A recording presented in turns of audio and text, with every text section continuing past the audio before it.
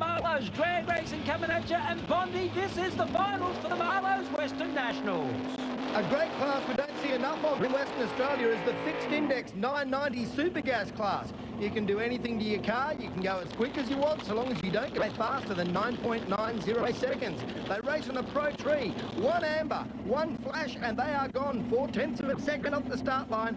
Very, very tough racing. Our visitors are out there in the finals. Renee Camplin racing Larry Brazil in the HQ, and Larry with a .54 reaction time has given the lady the win. Renee gets maximum points from the Western Nationals.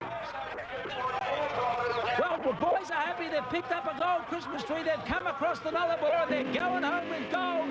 This is Super Street Final at Bondi. This is one tough charger, and look at the burnout. Jeffrey Clark with a 6-cylinder charger, a huge skid from that car.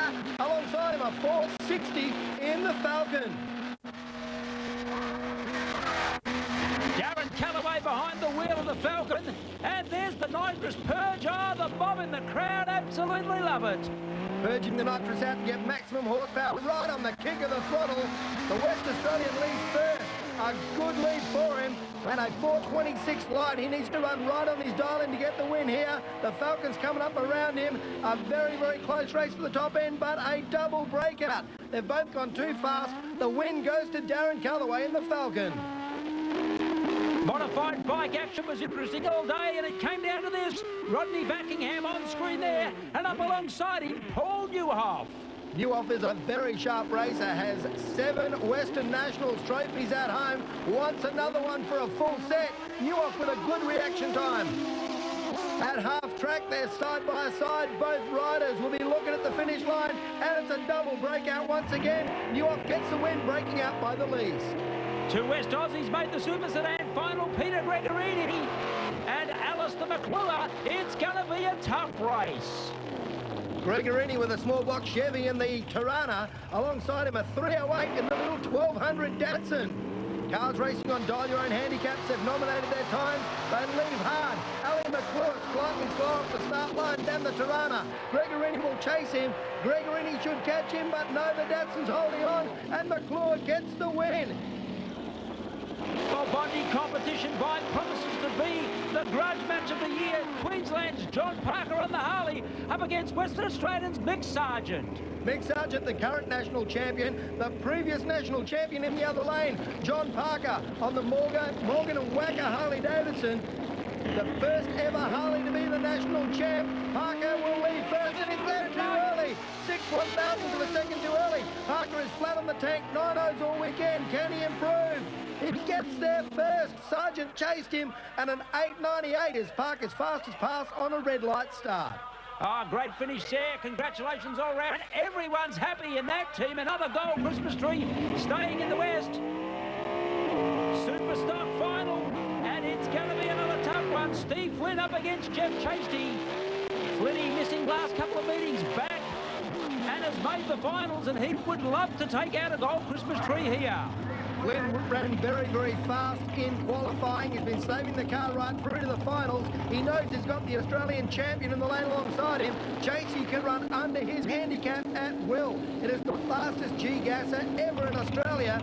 Flynn holds his own national record, but does he have the practice? Does he have the experience this season on this track to win this race? Both vehicles locked away. We're ready to go racing. The trees about the countdown. Chasey's out on a clean grid. So is Flynn. Flynn's on the chase. Flynn's got problems. Chasey's going to walk away with this one. And he does so in fine style on 891 at 238k. Modified Eliminator and 2 of our most experienced racers out there on the track to show the young guys exactly how to win a gold Christmas tree.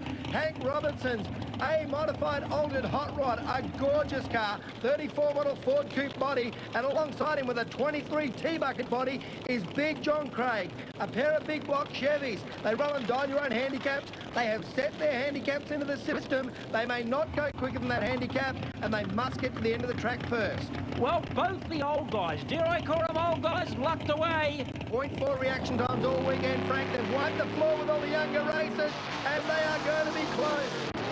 John Craig with a slower handicap gets to lead first. Robertson should catch him. They'll cross the stripe side by side. Don Craig's crew can't believe it. A 9.69 beaten by an 8.66. Robertson gets the win. Competition eliminator now, Robert Pilkington. Great camera angle as he comes out of the burnout. Up alongside him, a very improved campaigner this year in Trevor Morrison. Morrison has run some very fast passes in his altered. The car has slowed down to the 740s and 730s, but he is there on the start line every race. Hits hard, and that really puts pressure on the other lane. This is going to be a tough final, and Trevor Morrison would love to pick up that gold Christmas tree. Having a great year, a lot of work during the off-season, and now it's all come to this. A final up against Rob Pilkington in the Ute. Two very popular cars.